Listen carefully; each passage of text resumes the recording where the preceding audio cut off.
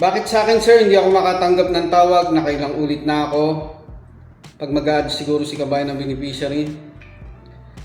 Ito pang isa, ako di pa rin sa call verification na ako, ayaw naman, till matapos na oras, no call pa din sa akin.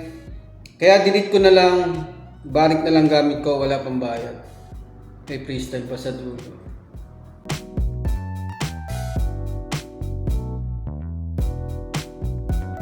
Yo, what's up kabayan? Welcome back sa aking channel OFW Nonoy.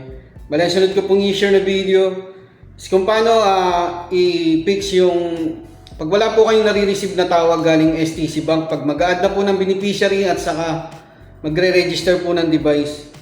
Para masagot natin yung tanong nila kabayan, bakit sa akin sir, hindi ako makatanggap ng tawag, nakailang ulit na ako. Ito naman kay kabayan, ako di pa rin sa call verification na ako, ayaw naman till matapos na oras, no call pa din sa akin, kaya delete ko na lang, balik na lang gamit ko, wala pang bayad. Ayan, unang-una dapat po mga kabayan, meron po tayong load sa SIM card natin. Kasi pag wala po tayong load, di po tayo makaka-receive ng OTP at saka call. Tapos pangalawa, baka may sa sa call settings ng CP nyo, baka merong naka-disable. Ayan po yung tuturo natin. Okay, simulan na po natin. Login lang po kayo sa STC Bank nyo. Yan, dito tayo sa dashboard. Click nyo po yung transfers, international transfer, Western Union.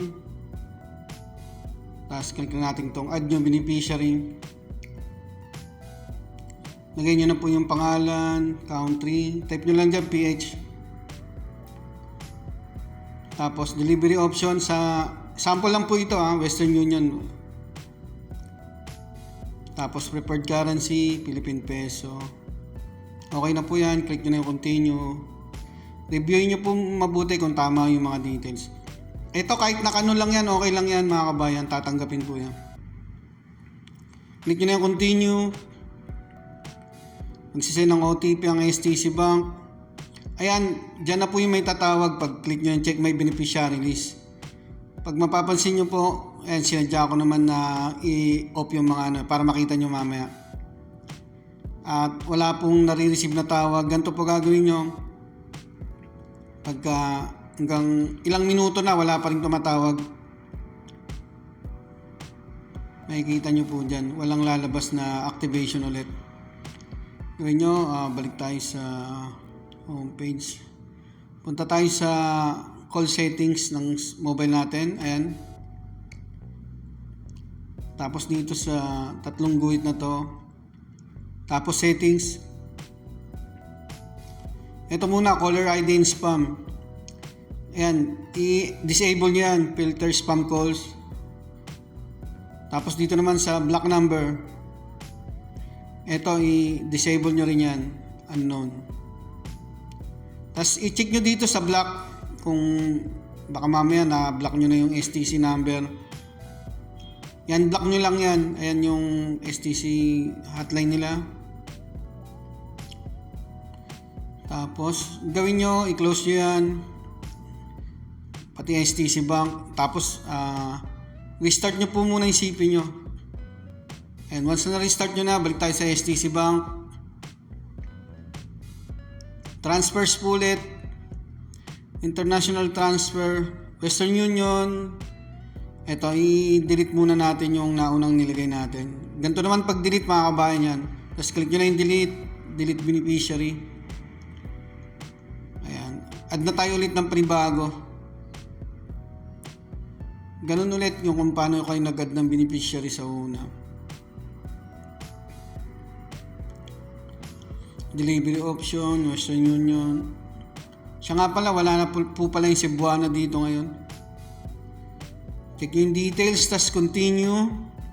Ayan, nun nyo lang yan, okay lang po yan, wala pong problema. Tas continue. OTP ulit, galing ng STC Bank, tas ayan, ay maririnig na po kayong tawag.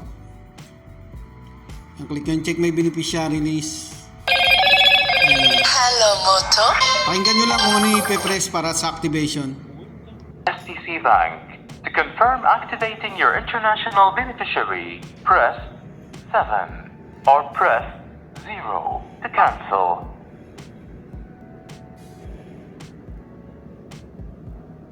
You haven't selected any Pag valid naglo-loop po option. yan, To pindutin nyo lang confirm, ulit hanggang press sa mag-activate 7 na. or press 0 to cancel.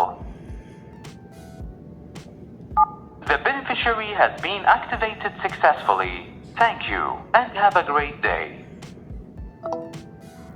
So ayan, activate na po siya mga kabayan. Pwede nyo i-check yan, beneficiary details. Ayan, active na po siya at approve. Gawin lang po gagawin nyo mga kabayan pag hindi po kayo nakaka-receive ng call sa STC Bank, pag nag-add kayo ng beneficiary at saka mag-verify ng device. Maraming po salamat. Ayun mga kabayan, sana sagot ko yung mga katanungan nyo at sa iba pa po nating mga kababayan na may katanungan, message nyo po ako sa aking Telegram account kasi sa Messenger po may nang-scam eh. At sana baka mamaya sa Telegram may mang-scam na rin. Basta sisiguraduhin nyo pong yung nakakausap nyo ay hindi po manloloko. Mag-ingat po kayo. Yung OTP wag nyo pong bibigay. Tapos isisecure yung personal details sa bank details mga kabayan. Magdo-double check po kayo lagi sa mga nakakausap nyo pag may nagtatanong po kayo ng mga kailangan nyo.